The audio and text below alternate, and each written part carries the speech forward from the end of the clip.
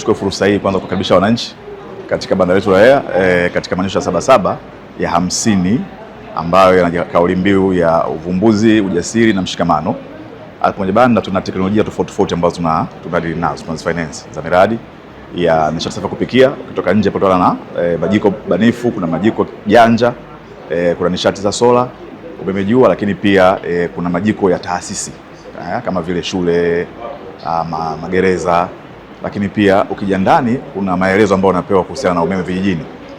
Kwenye banda tuna teknolojia tofauti ambazo tunadili nazo, tunazifinance za miradi ya nishati safi ya kupikia kutoka nje potana na majiko banifu, kuna majiko janja, kuna nishati za sola, umeme jua, lakini pia kuna majiko ya taasisi kama vile shule, magereza, lakini pia ukija ndani kuna maelezo ambayo unapewa kuhusiana na umeme vijijini.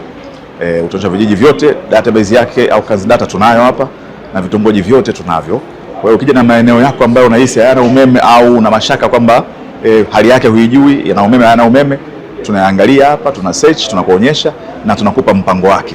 Na mpaka sasa tumemaliza vitongoji 40,182 kati ya 64,359 sana 62.4, na vimebakia vitongoji 13,912 ambavyo havina umeme kabisa. Vingine vyote 50,447 vipo vina umeme, baadhi yao vina umeme na baadhi yao vichache wakaanza hapo site wanaendelea kazi kujenga miundombinu kwa kupelekea umeme. Kwa hiyo tuna uhakika kwamba sasa tushamaliza vijiji vyote vimeisha 12,318 na vitongoji vyote mpango wetu ni kumaliza ifikapo mwaka 2030 kulingana na upatikanaji wa fedha.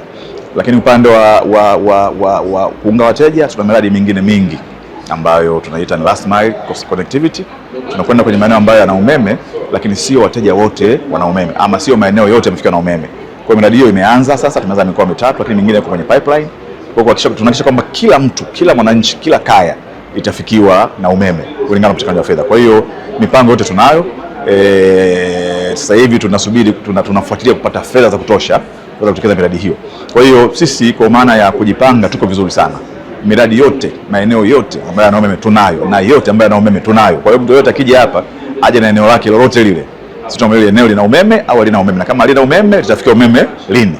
Kwa hiyo katika banda letu ukifika tu pale tu mbele utakuta wauzaji wa mifumo ya umeme jua ambayo kupitia mifumo hii wenzetu wanaoishi maeneo ya visiwa wananufaika na miradi hiyo. Lakini si kwamba kuna mifumo peke yake, kuna pia na taa za kufunga majumbani pamoja na vitu vingine mbalimbali ambavyo vimeonyeshwa pale, mtaweza kuambiwa bei na namna ya upatikanaji. Lakini pia pale kwenye banda letu wakati wa kuingia kuna shughuli mbalimbali za nishati safi ya kupikia. Na kama mnavyojua mwezi wa 5 mwaka 2024 Mheshimiwa Rais alizindua mkakati wa nishati safi ya kupikia, na sisi kama wakala tukapewa jukumu la kuhakikisha kwamba ikifikapo 2034 80% ya Watanzania wanatumia nishati safi.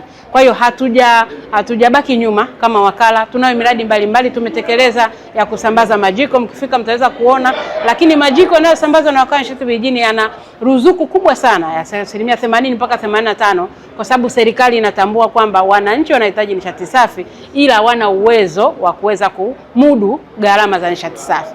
Kwa hiyo ukifika pale nje pia utakuta picha mbalimbali za taasisi za umma ambazo tumeziwezesha kutumia nishati safi, na huo mradi unaendelea. Tunao awamu ya kwanza taasisi 53, tunaenda awamu ya pili, ya 3, ya 4, bado tunaendelea kwa sababu tuna zaidi ya taasisi 5,000 nchini, na taasisi hizi zote zinatakiwa kutumia nishati ambayo ni safi na salama. Kwa hiyo pamoja na miradi mingine tunaendelea nayo, pia tumeshawezesha jeshi la polisi pamoja na magereza. Fikeni kwenye banda letu muweze kujionea wenyewe kazi kubwa iliyofanywa na serikali. Lakini pia nje hapo tunayo miradi mbalimbali tumefanya nishati safi, uzalishaji wa mkaa mbadala, usambazaji wa gesi asilia kwa kushirikiana na TPDC. Ule ni mradi uliofadhiliwa na wakala nishati vijijini kwa shilingi bilioni 6.8. Kwa hiyo ni kazi kubwa, na wananchi wanaweza kupata tu ile unit moja kwa shilingi 1,000. Kwa hiyo ukaona kazi kubwa iliyofanywa na serikali kupitia wakala nishati vijijini. Lakini ukiingia pia kwenye banda la Hea utakutana na miradi mbalimbali ambayo inazalisha umeme kwa kutumia nishati jadidifu. Kwa hiyo utaweza kuona maporomoko ya maji, utaweza kuona umeme jua. Ipo miradi sasa ambayo inaenda sasa takribani zaidi ya megawati 25 ambayo tayari imewezeshwa kupitia kwenye benki za biashara kwa ajili ya mkopo wa muda mrefu kwa ajili ya ujenzi wa miradi hiyo. Wakala tunafanya kazi hiyo. Kwa hiyo kama una chanzo una namna ambavyo hujui namna ya kuendeleza chanzo, fika Wakala Nishati Vijijini, pata maelezo mazuri uweze kutengeneza chanzo hicho, uweze kuuza umeme TANESCO, si kwa ajili ya kupata wewe fedha, lakini pia kuboresha upatikanaji wa umeme kwenye gridi, pamoja na kulinda mazingira na kuzuia uzalishaji wa hewa ya ukaa. Lakini pia katika banda letu tunayo miradi ya kufadhili vituo vidogo vya mafuta nchini, na hivi tunavyoongea tumeshafika hatua nzuri, kwa maana tunakaribia kusaini mikataba hivi karibuni ya vituo takribani kama 10.